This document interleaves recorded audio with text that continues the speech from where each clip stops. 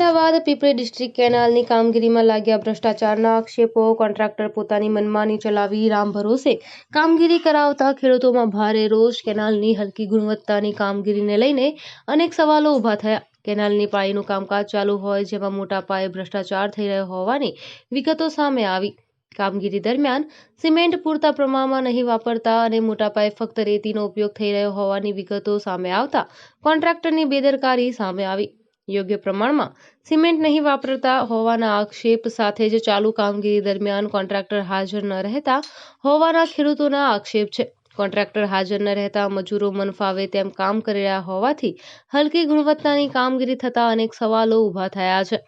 રાધનપુર એસઓએ ખેડૂતો દ્વારા વારંવાર ટેલિફોનિક રજૂઆત કરતા કોઈ યોગ્ય જવાબ મળતો નથી, જેને લઈને ખેડૂતોમાં ભારે રોષ જોવા મળી રહ્યો છે.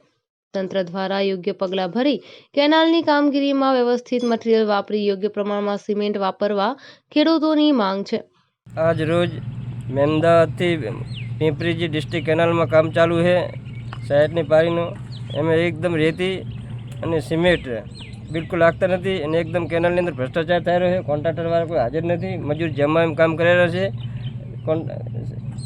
લેબરને પૂછો કે તમે તમારો સેટ છે કે અભી અત્યારે હાજર નથી, પણ લેબર જમામાં એકલી રેતી વાપરે છે કપચી અને બિલકુલ સિમેન્ટ રાખતા નથી.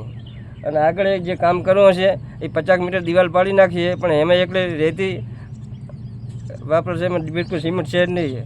અને વારવાર જે એસોને ફોન કરે પણ એસો કોઈ જવાબ આપતા નથી. Radhanpur bureau report Anil Ramanuj, Radhanpur.